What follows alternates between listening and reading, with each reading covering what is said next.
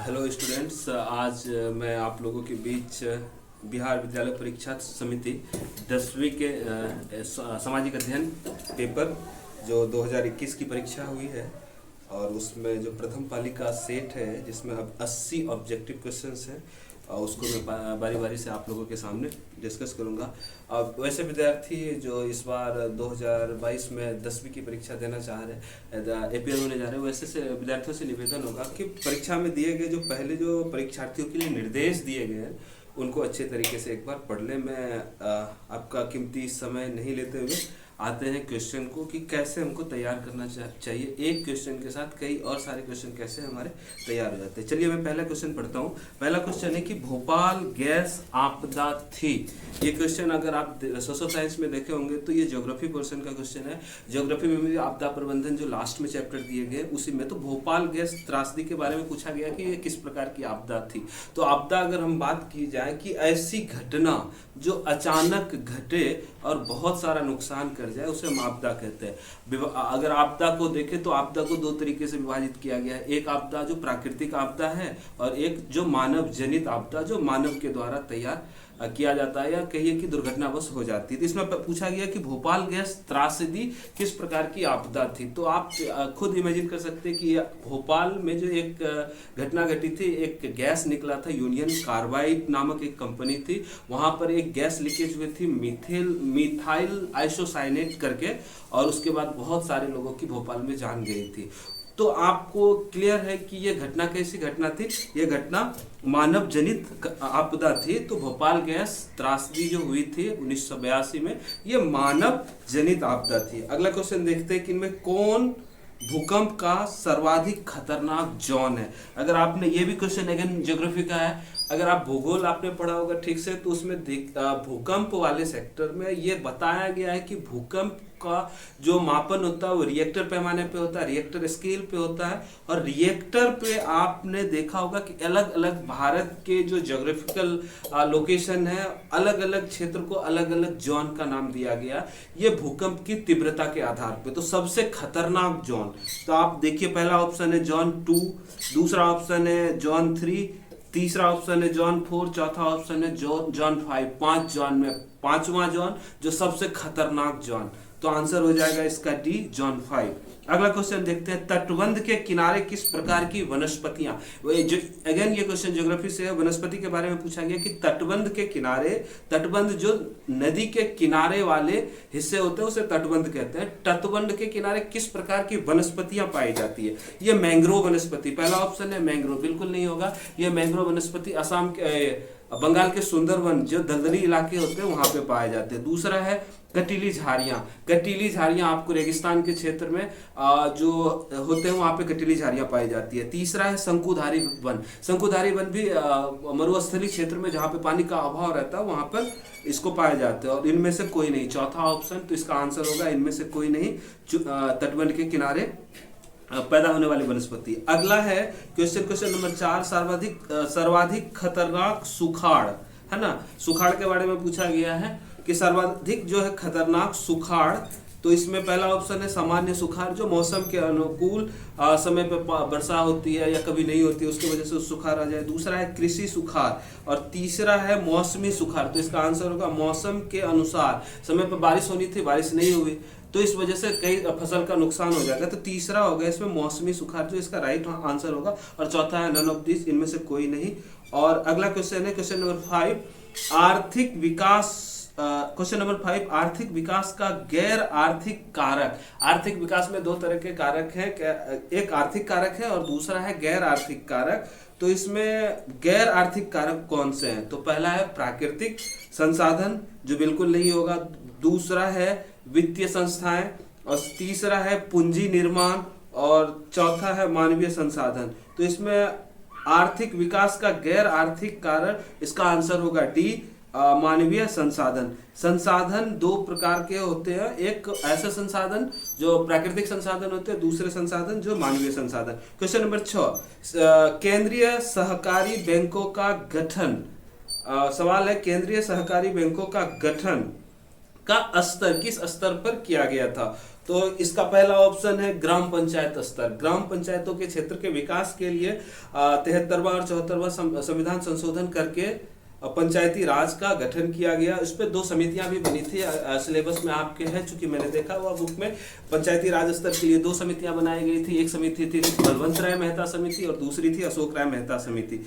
और दूसरा ऑप्शन इसका जिला स्तर पर, जो ये भी बिल्कुल नहीं है। तीसरा ऑप्शन है आपका राज्य स्तर पर। चौथा ऑप्शन है डी राष्ट्रीय स्तर पर। तो राष्ट्रीय स्तर पर केंद्रीय सहकारी बैंकों का गठन किया गया था, जो कि लोगों के विकास के लिए, बैंकों को बढ़ावा देने के लिए। अगला क्वेश्चन है क्वेश्चन नंबर 7, निम्नलिखित में से कौन सी मिश्रित अर्थव्यवस्था की विशेषता है? ये क्वेश्चन आपका इकोनॉमिक्स से है। इकोनॉमिक्स में जब आप पहला चैप्टर पढ़े होंगे तो वहां पे आपको याद होगा कि अर्थव्यवस्था है क्या, अर्थव्यवस्था की परिभाषा क्या, विभिन्न विद्वानों के द्वारा दी गई परिभाषा होगी। अगर अर्थव्यवस्था को देखा जाए तो मुख्य रूप से 3 भागों में अध्ययन की दृष्टि से रखा गया। पहला अर्थव्यवस्था है पूंजीवादी अर्थव्यवस्था, जिसके जनक एडम स्मिथ को माना जाता है। दूसरा व्यवस्था है समाजवादी व्यवस्था और तीसरी व्यवस्था है मिश्रित अर्थव्यवस्था। तो पूंजीवादी अर्थव्यवस्था जिसमें पब्लिक सेक्टर, प्राइवेट सेक्टर, माफ कीजिएगा, प्राइवेट सेक्टर को ये खुली आजादी रहती है कि अधिक से अधिक पूंजी लगाकर लाभ कमा जाए। और समाजवाद में होता क्या है कि कुछ चीजें जो जरूरत की चीज है वो सरकार के पास है। समाजवादी व्यवस्था में ये व्यवस्था रहती है कि जो लोगों की जरूरत को अधिक से अधिक सरकार द्वारा कैसे, पूंजीवादी में मकसद होता है लाभ कमाना, समाजवादी में ये मकसद होता है कि लोगों की जरूरत को पूरा किया जाए। और तीसरी व्यवस्था जिसमें मिश्रित और समाजवाद के दोनों गुण पाए जाते हैं, ऐसी अर्थव्यवस्था को मिश्रित अर्थव्यवस्था कहते हैं। तो ये आपका क्वेश्चन था कि निम्नलिखित में कौन मिश्रित अर्थव्यवस्था की विशेषता है? मिश्रित अर्थव्यवस्था जिसमें पूंजीवादी और समाजवादी के दोनों गुण पाए जाते हैं, वो मिश्रित अर्थव्यवस्था। पहला ऑप्शन है निजी क्षेत्र, जो बिल्कुल नहीं होगा। दूसरा है सार्वजनिक क्षेत्र। सार्वजनिक क्षेत्र में जैसे आपका सरकार लोगों के विकास के लिए उन्हें सहायता पहुंचाने के लिए सार्वजनिक क्षेत्रों का, जिसे पब्लिक सेक्टर यूनिट भी कहते हैं। और तीसरा ऑप्शन है आर्थिक नियोजन और चौथा इनमें से कोई नहीं। तो इसका आंसर होगा इनमें से कोई नहीं। क्वेश्चन नंबर 8, भारत के किस प्रकार की शिक्षा को मौलिक अधिकार घोषित कर दिया गया है? तो मौलिक अधिकार अगर आप संविधान पढ़े होंगे या थोड़ी सी भी जानकारी संविधान की होगी तो आपके पास भारतीय संविधान में भाग 3 दे रखा है, जिसमें मूल अधिकारों की बात की गई है और उसी में अनुच्छेद 12 से लेकर 35 तक इसकी चर्चा की गई है। तो मौलिक अधिकार, इसमें सवाल यह है कि शिक्षा को मौलिक अधिकार घोषित किया गया है। तो 86वां संविधान संशोधन द्वारा प्रारंभिक शिक्षा को अब मूल अधिकार, जो पहले मौलिक कर्तव्य में हुआ करता था, अब उसे मूल अधिकार की श्रेणी में रख दिया गया। 14, लोकतंत्र जनता के लिए तथा जनता के लिए शासन है, यह कथन किसका है? तो मुझे पता है इसका जवाब आपको पता है, मुझे ऑप्शन पढ़ने की कोई जरूरत नहीं, क्योंकि अभी मैंने लोकतंत्र के बारे में जब बात कर रहा था तो वहां पे बताया था ये परिभाषा कि लोकतंत्र जनता के लिए तथा जनता के लिए शासन, यह परिभाषा अमेरिका के भूतपूर्व राष्ट्रपति अब्राहम लिंकन महोदय का है। तो इसमें आंसर ऑप्शन, चूंकि हमें चारों पढ़ना है तो चलिए एक एक करके ऑप्शन पढ़ लेते हैं। पहला ऑप्शन अरस्तु, जो बिल्कुल गलत है। दूसरा है अब्राहम लिंकन, तो ये आंसर सही है। तीसरा है रूसो। चौथा है मार्टिन लूथर, जो गलत है। तो लोकतंत्र जनता के द्वारा तथा जनता के लिए शासन है, यह कथन अमेरिका के भूतपूर्व राष्ट्रपति अब्राहम लिंकन महोदय का है। अगला क्वेश्चन है पंचायती राज व्यवस्था का निम्नतम स्तर क्या है? अभी मैं बात कर रहा था पंचायती राज से, लगातार मुझे क्वेश्चन मिल रहे। तो पंचायती राज व्यवस्था जब बलवंत राय मेहता समिति के अनुशंसा पर लागू की गई थी तो उसमें 3 स्तर दिए गए थे। सबसे निचले स्तर पर ग्राम पंचायत होता था, उसके जस्ट बाद पंचायत समिति होता था, जो ब्लॉक स्तर पर जब जो आपका जिला परिषद प्रमुख होते हैं ये दूसरे स्तर पर, और तीसरे स्तर पर जो जिला परिषद होते हैं। तो त्रिस्तरीय पंचायत का सुझाव बलवंत राय मेहता समिति के द्वारा दिया गया था। तो यहाँ पे क्वेश्चन है पंचायती राज व्यवस्था का निम्नतम स्तर जो है आपका वो है ग्राम पंचायत। पहला ऑप्शन है जिला परिषद, गलत है।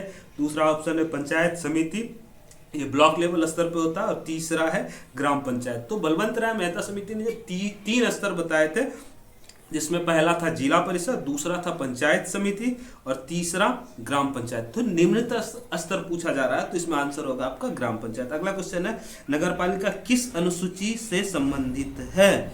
नगरपालिका किस अनुसूची से संबंधित है?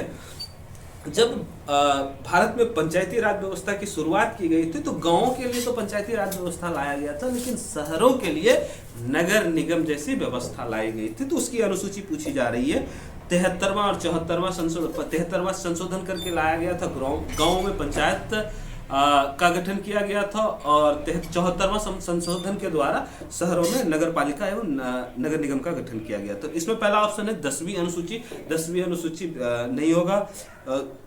दूसरा है 11वीं अनुसूची, ये भी नहीं होगा।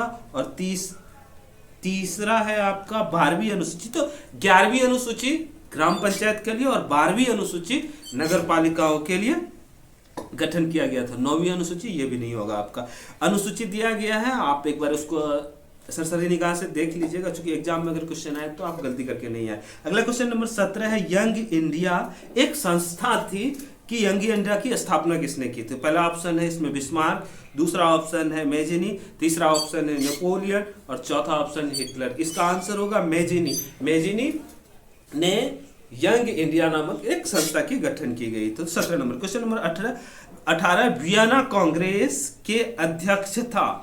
वियना कांग्रेस का जो अधिवेशन हुआ था उसमें पूछ रहे कि अध्यक्षता किसने किए थे। तो आपने जब इतिहास पढ़ा होगा, वियना कांग्रेस जिस समय घटित हुई थी तो किस तरह से उसमें वहां पर एक व्यक्ति का नाम आया था जिसका नाम था मेटरनिख। मेटरनिख ने वियना कांग्रेस के लिए बहुत ही महत्वपूर्ण भूमिका निभाई थी। तो इसका आंसर होगा मेटरनिख, जो वियना कांग्रेस की अध्यक्षता की थी। ऑप्शन में एक बार फिर से पढ़ देता हूं आप लोगों के लिए। पहला ऑप्शन है गैरिबाल्डी, जो नहीं होगा। दूसरा है काउंट काबूर, ये भी नहीं होगा। तीसरा है विलियम प्रथम, ये भी नहीं होगा। और चौथा ऑप्शन है मेटरनिख, जो आपका सही जवाब है।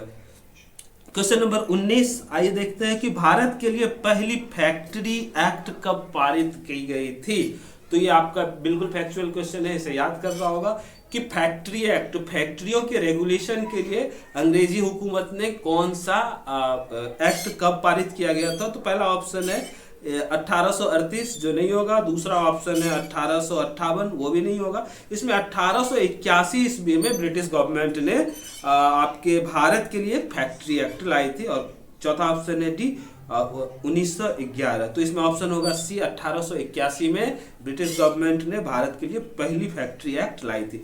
अगला क्वेश्चन नंबर 20, ब्रेडन वुड्स सम्मेलन। ब्रेडन वुड्स सम्मेलन, तो इसमें पूछा जा रहा है ये किस साल में हुआ था। तो पहला ऑप्शन है सन 1944, दूसरा ऑप्शन है 1947, तीसरा ऑप्शन है 1948, चौथा ऑप्शन है 1952। तो वेडन वुड्स सम्मेलन ये 1944 में हुए थे। अगला क्वेश्चन है क्वेश्चन नंबर 21, किस पत्रिका ने रातों रात वर्नाकुलर एक्ट